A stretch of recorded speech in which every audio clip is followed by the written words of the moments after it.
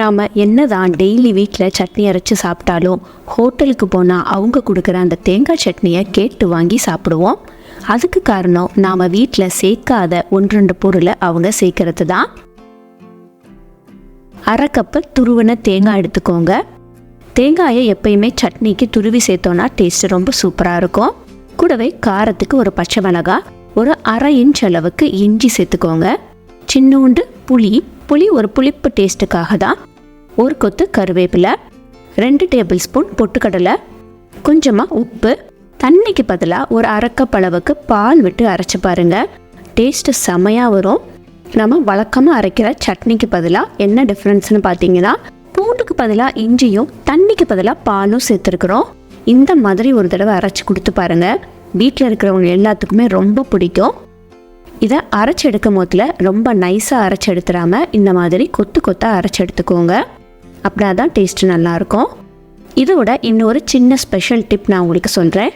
பச்சை கருவேப்பிலையை சேர்க்காமல் லைட்டாக எண்ணெயில் கருவேப்பிலையை வதக்கிட்டு அதுக்கப்புறம் அந்த கருவேப்பிலையை அரைக்கிறதுக்கு நீங்கள் போட்டு அரைச்சி எடுத்தீங்கன்னா சூப்பராக இருக்கும். ஹோட்டல்லலாம் அப்படி தான் பண்ணுவாங்க. இப்போ இந்த சட்னிக்கு லைட்டாக ஒரு தாளிப்பு கொடுத்துடலாம்.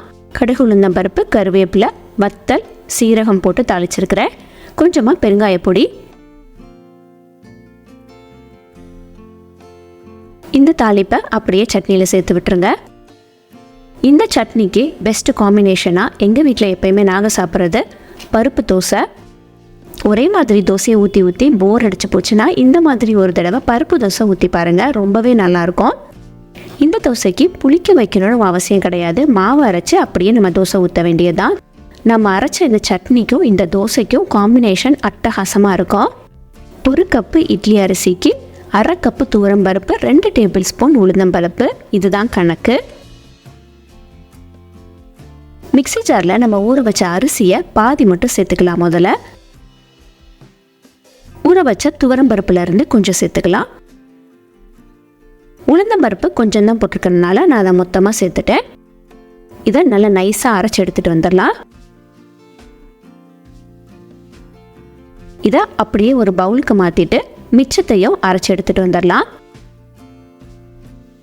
மிச்சத்தை அரைச்சி எடுத்ததுக்கப்புறமா இதில் கொஞ்சம் மட்டும் ஊற்றிட்டு மிச்சம் இருக்கிற மாவில் ஒரு பச்சை மிளகாய், ஒரே ஒரு வரமிளகாய் சேர்த்துருக்குறேன்.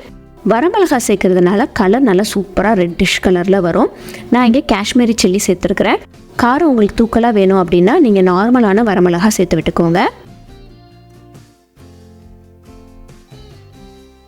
மாவுக்கு தேவையான அளவு உப்பு போட்டு லைட்டாக கலந்து வச்சிடலாம். மாவு கொஞ்சம் தண்ணியாக தான் இருக்கணும். தோசை மாவை விட கொஞ்சம் தண்ணியாக இருக்கும். இதை அப்படியே தோசை ஊற்றாமல் இதுக்கு லைட்டாக ஒரு தாளிப்பு கொடுத்து தோசை ஊற்றுனோன்னா டேஸ்ட்டு ரொம்ப நல்லாயிருக்கும்.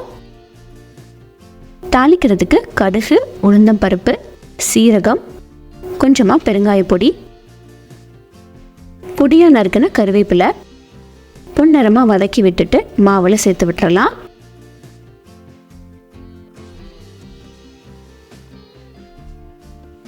இதை நல்லா கலந்து விட்டு இப்போ நம்ம தோசை ஊற்ற வேண்டியதுதான்.